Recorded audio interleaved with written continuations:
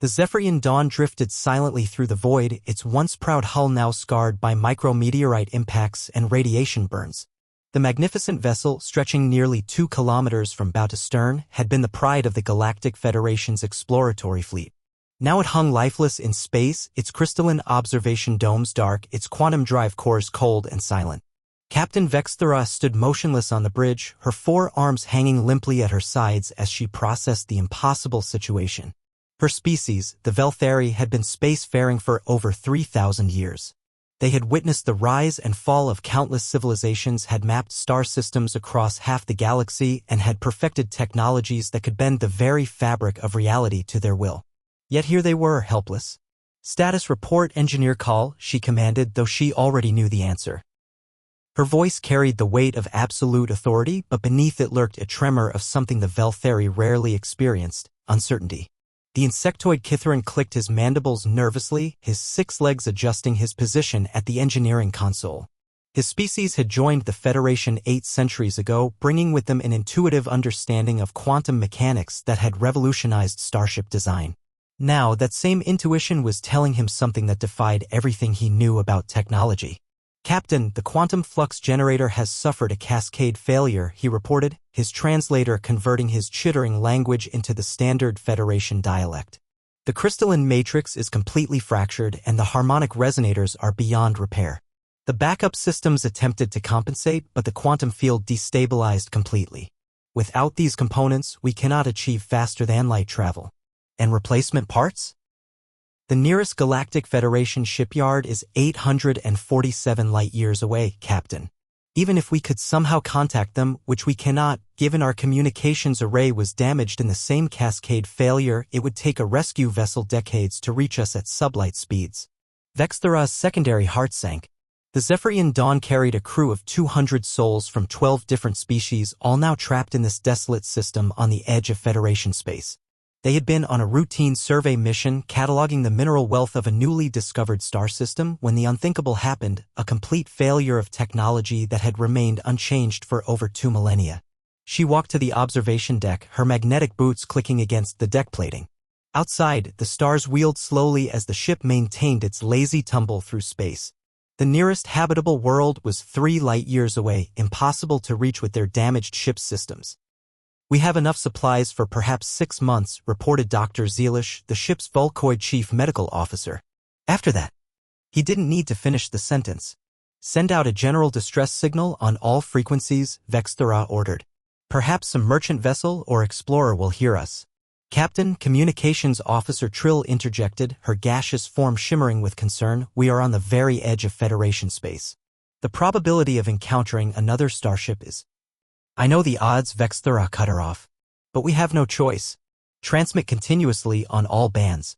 Include our location, our situation, and our technical specifications. Perhaps someone, somewhere, will know how to help us." As the distress signal began broadcasting into the void, none of them knew that their message would be picked up by a species that had only recently achieved interstellar travel, a species that the Federation had largely ignored as primitive and technologically backward. The humans were coming. 3 days later, the human vessel Yorktown dropped out of warp space at the edge of the system, its hull gleaming with the distinctive blue-white glow of human warp technology.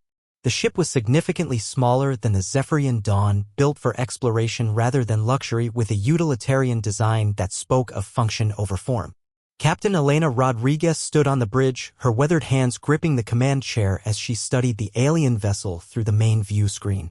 At 53, she had spent most of her adult life in space, working her way up from a junior engineer to commanding one of Earth's most advanced exploration vessels.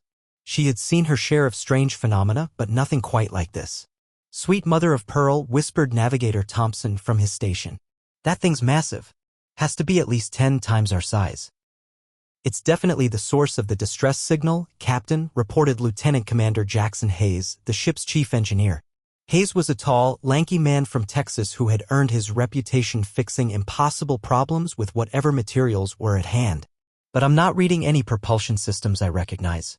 The energy signatures are weird." "Weird how?" Rodriguez asked, her analytical mind already working through the possibilities. Well, for starters, they're using some kind of crystalline power source that seems to operate on quantum frequencies I've never seen before. The readings are off the charts. We're talking about energy levels that should theoretically be impossible to contain. And their hull composition includes materials that shouldn't exist according to our periodic table. Artificial elements? Has to be. But the atomic structures are stable, which shouldn't be possible for elements that heavy. These people are way beyond our tech level, Captain. Rodriguez nodded thoughtfully. The Yorktown was one of Earth's newest exploration vessels, launched just 2 years ago and equipped with humanity's most advanced technology. Its crew of 85 represented some of the best engineers, scientists, and explorers that Earth had to offer. If anyone could help these aliens, it would be them. Any signs of life aboard? Definitely occupied, ma'am. I'm reading multiple life signs, but they're scattered across the ship. No concentrated activity areas, which suggests they might be in some kind of emergency situation. Tactical, any threats? Negative, Captain. Their weapons systems appear to be offline, same as their engines. They're sitting ducks out there. Rodriguez straightened in her command chair. Open a channel. The main screen flickered to life, revealing the bridge of the alien vessel. Rodriguez had to consciously keep her expression neutral as she took in the extraordinary sight before her. The alien captain was clearly female, with pale blue skin and 4 graceful arms that moved with an almost hypnotic fluidity. She was flanked by what looked like a giant praying mantis wearing some kind of uniform, and several other beings that Rodriguez couldn't even begin to categorize. "This is Captain Elena Rodriguez of the Earth vessel Yorktown," she said, her voice steady and professional. "We received your distress signal. Do you require assistance?"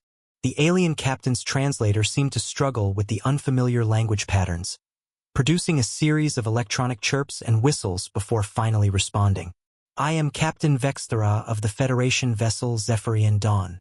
We are stranded. Our propulsion systems have failed beyond repair. I must ask, are you from a pre-warp civilization?" "We achieved warp capability about 50 years ago," Rodriguez replied. "Why do you ask?" "Because our technology is over 2,000 years more advanced than yours should be. If we cannot repair our ship with all our knowledge and resources, I doubt your people would be able to help us." Rodriguez allowed herself a small smile. She had heard that tone before, the polite dismissal of someone who thought they knew better. "Captain Vexthera, there's something you should know about humans. We have a saying, if it's broken, we can fix it.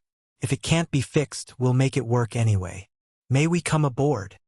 The human engineering team that materialized in the transporter bay of the Zephyrian Dawn was unlike anything the Federation crew had ever encountered. While most spacefaring species had long ago automated their repair work, relying on sophisticated drones and AI-guided systems, the humans carried physical toolboxes, handheld diagnostic equipment, and most surprisingly, seemed to prefer examining things with their own hands. Lieutenant Commander Hayes stepped forward, his eyes already scanning the alien technology around him with the practiced gaze of someone who had spent decades troubleshooting complex systems. Behind him, Chief Petty Officer Maria Santos hefted a massive toolkit that looked like it had seen action in a dozen different star systems. Rounding out the team were Ensign Kim Park, a young prodigy in quantum mechanics, and Petty Officer First Class Boris Volkov, whose reputation for fixing the unfixable had made him something of a legend among human engineers. "Welcome aboard the Zephyrian Dawn," Captain Vexthera said formally, though her 4 arms betrayed her nervousness with their subtle twitching. "I must warn you, the areas we need to access are extremely dangerous. The quantum fields are unstable and exposure could be fatal." "Understood, Captain," Hayes replied, pulling out what appeared to be a primitive handheld scanner. "We've dealt with quantum instabilities before. Mind if we take a look?" The procession to the engine room attracted curious stares from crew members representing a dozen different species. The Kithran engineers watched with particular interest as the humans walked past their sophisticated automated repair systems without so much as a glance, heading straight for the massive quantum flux generator that dominated the ship's engineering section. The generator itself was a marvel of Federation technology, a crystalline matrix the size of a small building surrounded by harmonic resonators that hummed with barely contained energy. Or at least, they should have been humming. Now they sat silent, their surfaces cracked and dark. "Holy hell," Santos whistled appreciatively. "That's some serious hardware. How long has this baby been running?" The quantum flux generator has operated continuously for 847 years, Engineer Call replied, his mandibles clicking with pride. It has never required maintenance beyond routine crystal alignment. 847 years? Park's eyes widened. That's incredible. Our warp cores need major overhauls every decade. That is because your technology is primitive, Call explained, not unkindly. Our systems are self-maintaining, self-repairing, and theoretically eternal. Theoretically, Santos repeated, running her tricorder over the crystalline matrix. But not practically, huh? Hayes was already crawling inside the crystal chamber with a flashlight clenched between his teeth, his hands tracing the fracture patterns in the quantum substrate. This is highly irregular, protested Call. The quantum resonance fields could destabilize at any moment. Your people should not be in direct contact with the machinery. Relax, bug boy, Santos called, following Hayes into the chamber.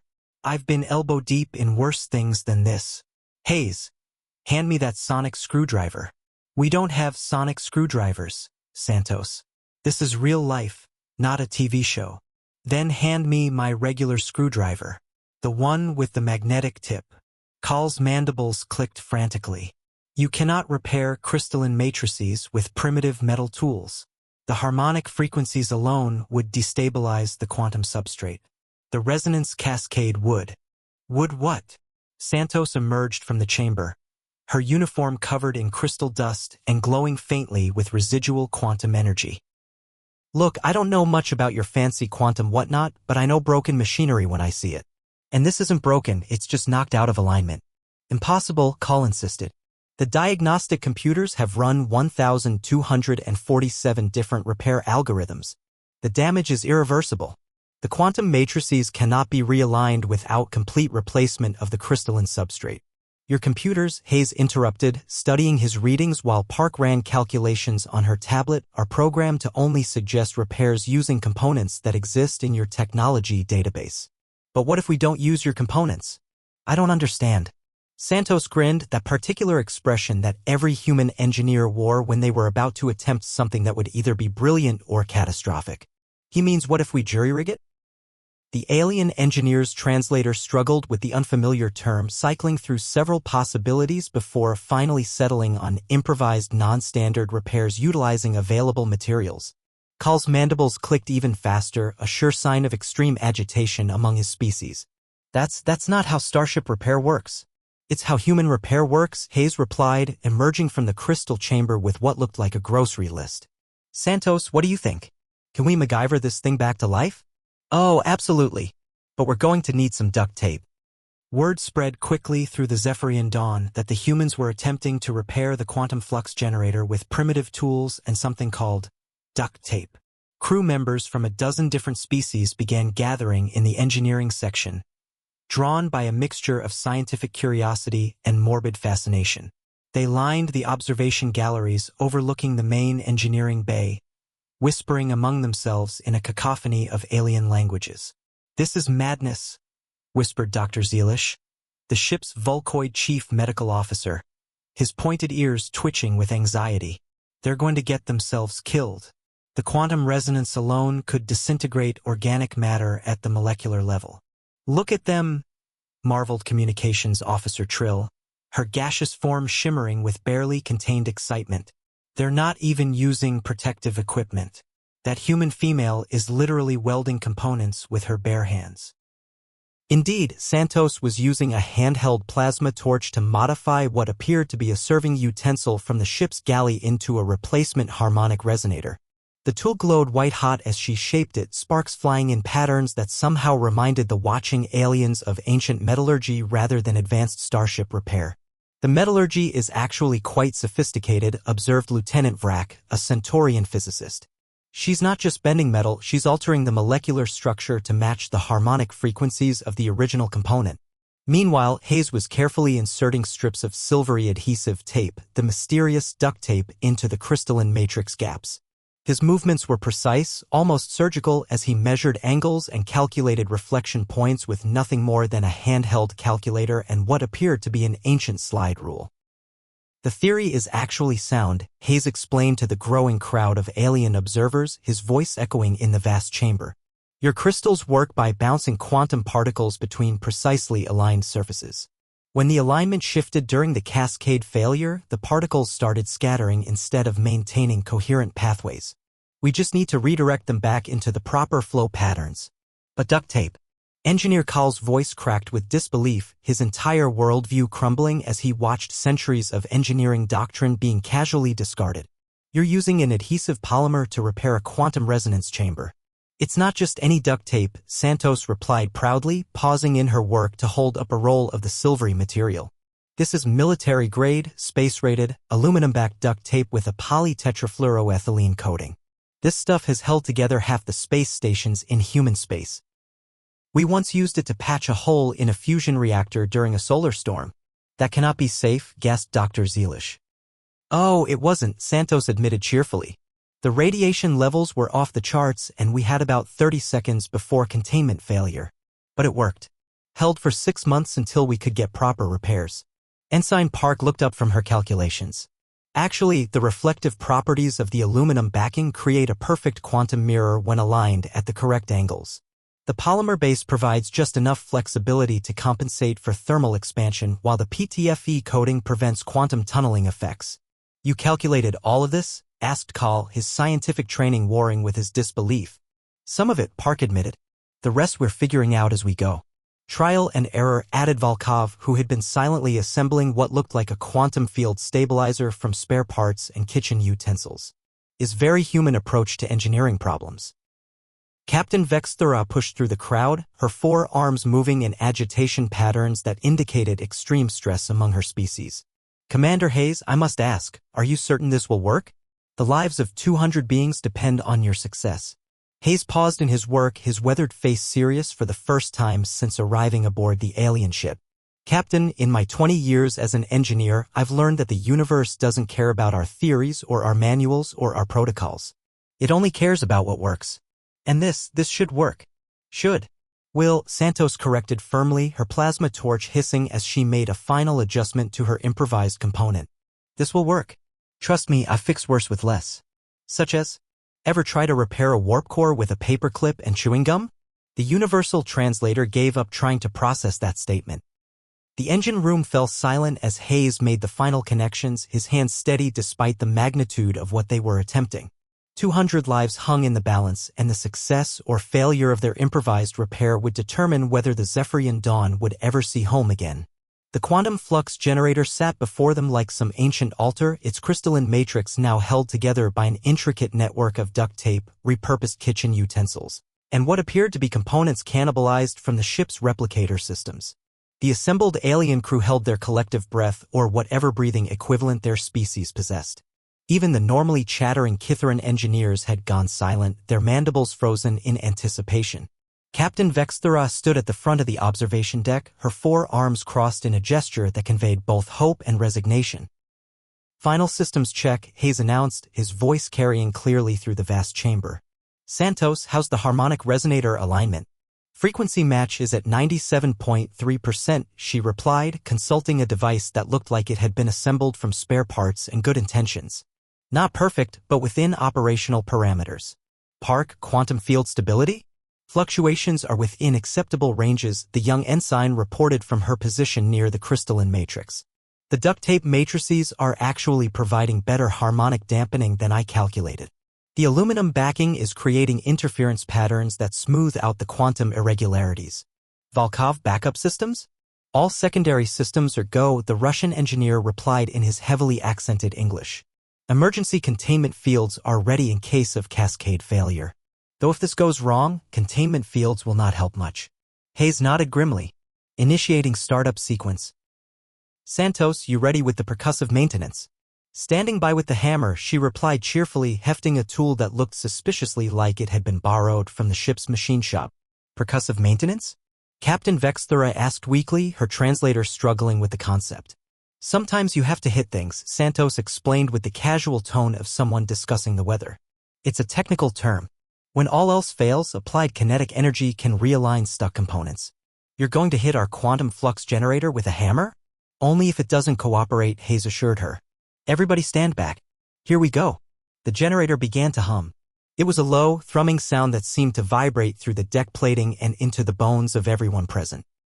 The crystalline matrix started to glow with its characteristic blue light, and quantum particles began dancing between the improvised reflective surfaces like fireflies in a cosmic ballet. Quantum coherence at 23% and rising, reported Hayes, his eyes glued to the diagnostic displays. 27%. 31%. Come on, baby, talk to me. This is impossible, Call whispered, his scientific worldview crumbling as he watched kitchen utensils and adhesive tape perform quantum miracles. The harmonic resonators are serving spoons. The quantum matrices are held together with industrial adhesive. 34%. 38%. 42%. Hayes continued his litany, sweat beading on his forehead despite the cool air of the engine room. The generator's hum grew louder, more confident, as if the ancient machine was remembering how to sing. 45%. 48%. It's working. Sweet mother of pearl, it's actually working. The alien crew burst into cheers in a dozen different languages, chittering, warbling, harmonic resonances, and sounds that had no equivalent in human experience. Captain Vexthera stared at the readings in absolute disbelief, her forearms hanging limp at her sides as she processed the impossible reality before her. How is this possible? She breathed. 2,000 years of technological advancement, and we never thought to... To what? Hayes asked, wiping the sweat from his brow as the quantum coherence stabilized at 51%. More than enough to power the ship's faster-than-light drives. To ignore the computer and use your hands? To try something that isn't in the manual? We follow established protocols. Engineer Call protested weakly, though his conviction was clearly shaken. Tested procedures. Proven methods. And that's exactly why you couldn't fix it, Santos replied, patting the humming generator affectionately like a favored pet. You were thinking like engineers. We were thinking like mechanics. What's the difference? An engineer designs a machine to work perfectly under ideal conditions, Hayes explained, his Texas drawl becoming more pronounced as the adrenaline wore off. A mechanic makes it work anyway when those conditions don't exist. The generator reached 52% efficiency, its crystalline heart beating steady and strong. The Zephyrian Dawn was no longer stranded. As the human engineering team prepared to return to their own ship, Captain Vexthera found herself in her ready room with Captain Rodriguez, sharing what passed for coffee among her species, a bitter, aromatic brew that somehow managed to be both stimulating and calming. The room was decorated with artifacts from a dozen different worlds, each representing a successful diplomatic mission or scientific discovery. Yet none of those achievements felt as significant as what had just transpired in her engine room. I don't understand your people, she admitted, her forearms gesturing in patterns that conveyed deep confusion among the Velthari. We've been exploring space for over 2 millennia. We have technology that can manipulate matter at the quantum level, create artificial gravity fields that can crush planets, and fold space-time itself like origami. We've mapped the quantum foam that underlies reality and learned to harness the fundamental forces of the universe. But we couldn't fix a simple alignment problem. It wasn't simple, Rodriguez replied, cradling her own cup of the alien beverage and trying not to wince at its astringent taste. Your people are brilliant. The level of sophistication in your technology is beyond anything we've ever imagined. But brilliance and wisdom aren't the same thing. Explain. Rodriguez set down her cup and leaned forward, her weathered face serious. Your species, all the Federation species, from what I can tell, you've forgotten how to improvise. You've become so dependent on your advanced technology, so reliant on your computers and automated systems that you can't function when they fail. Every problem has to be solved with the right tool, the correct procedure, the approved method. And humans are problem solvers, Rodriguez said with a rueful smile. We've been fixing things with improvised tools since we lived in caves and had to repair our hunting spears with whatever materials we could find. We don't care if a solution is elegant or approved or even completely safe as long as it works. We've spent our entire evolutionary history dealing with equipment that breaks down, resources that run out, and situations that our manuals never covered.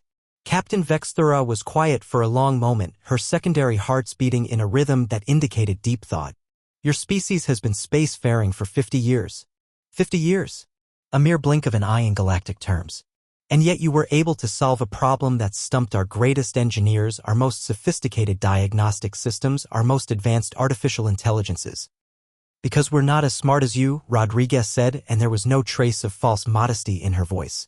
We can't build perfect machines that run for centuries without maintenance, so we've learned to fix imperfect ones that break down every few years. We can't rely on our technology always working exactly as designed, so we've learned to make it work anyway when it doesn't. We can't create flawless automated systems, so we've learned to think on our feet and adapt when circumstances change. The Federation Council will never believe this, Vexthera mused, her tone carrying both amusement and exasperation. A primitive species fixing our most advanced technology with, what did your engineer call it? Duct tape and kitchen utensils? The most important tools in human engineering, Rodriguez confirmed with a grin. We have another saying, if you can't fix it with duct tape, you're not using enough duct tape. Though I think Hayes might add a corollary about percussive maintenance. Your Chief Santos seemed quite enthusiastic about hitting things with hammers. Sometimes that's exactly what a machine needs, a reminder of who's in charge. We call it the human touch. Vexthera's mandibles clicked in what Rodriguez was beginning to recognize as the Veltheri equivalent of laughter. Perhaps, she said slowly, it is time for the Federation to learn some of humanity's primitive wisdom. I prefer to think of it as practical wisdom, Rodriguez corrected gently. After all, what good is advanced technology if you can't fix it when it breaks? 6 months later, the first Human Federation Engineering Exchange Program was established. The Federation's most advanced shipyard, orbiting the crystal world of Xerium Prime, now hosted a small but growing human contingent. Chief Petty Officer Maria Santos stood in the main engineering bay, watching as a team of Kithran engineers attempted to repair a damaged shield generator. They had been working for 3 days using standard protocols with no success. Try hitting it with a hammer, she suggested. That is not a recognized repair methodology, Engineer Call replied stiffly. He had been assigned as her liaison, much to his initial horror. Neither was duct tape, but your ship is still flying. That was an exceptional circumstance. Santos walked over to the shield generator and gave it a solid thump with her fist. The unit immediately hummed to life, its displays showing full functionality. Percussive maintenance, she explained to the stunned Kithran engineers. Sometimes the most advanced solution is the simplest one. Meanwhile, aboard the Yorktown, Lieutenant Commander Hayes was teaching a group of young Federation officers the finer points of improvised repair. The key, he explained, is to stop thinking about what you're supposed to use and start thinking about what you actually have. This quantum scanner is broken, but I can turn it into a perfectly good flux capacitor with some creative rewiring. But that would violate 17 different safety protocols, protested a young Volcoid ensign. Probably, Hayes agreed. But it would also work. And sometimes working is more important than perfect. The cultural exchange went both ways. Human engineers learned to appreciate the elegant efficiency of Federation technology, while Federation engineers learned the value of creative problem-solving. The combination proved revolutionary. Within a year, ships throughout Federation space were equipped with human emergency repair kits, collections of seemingly primitive tools that could fix almost anything. Duct tape became a standard supply item. Engineering academies began teaching courses in improvised solutions and non-standard methodologies. The galaxy, it turned out, had been waiting for someone to remind them that the best solution isn't always the most sophisticated one. Captain Vexthera, now serving as Federation ambassador to Earth, kept a roll of duct tape on her desk as a reminder. When visiting dignitaries asked about it, she would tell them the story of the day her ship was saved by human ingenuity. What did we learn? She would ask. That sometimes became the standard response. The most advanced beings in the galaxy need the wisdom of those who still know how to fix things with their hands. And in the depths of space, countless ships flew safely through the void, held together by the perfect marriage of advanced technology and ancient wisdom, quantum crystals and duct tape working in harmony. The humans had taught the galaxy that there was no such thing as unfixable, only not yet fixed by the right person with the right attitude. Author's note: this story celebrates the human spirit of innovation and problem-solving, showing how practical experience and willingness to try unconventional solutions can often succeed where advanced theory fails. The HFY genre traditionally showcases humanity's unique traits as strengths in a galactic community, and here we see how our primitive approach to fixing things becomes our greatest asset.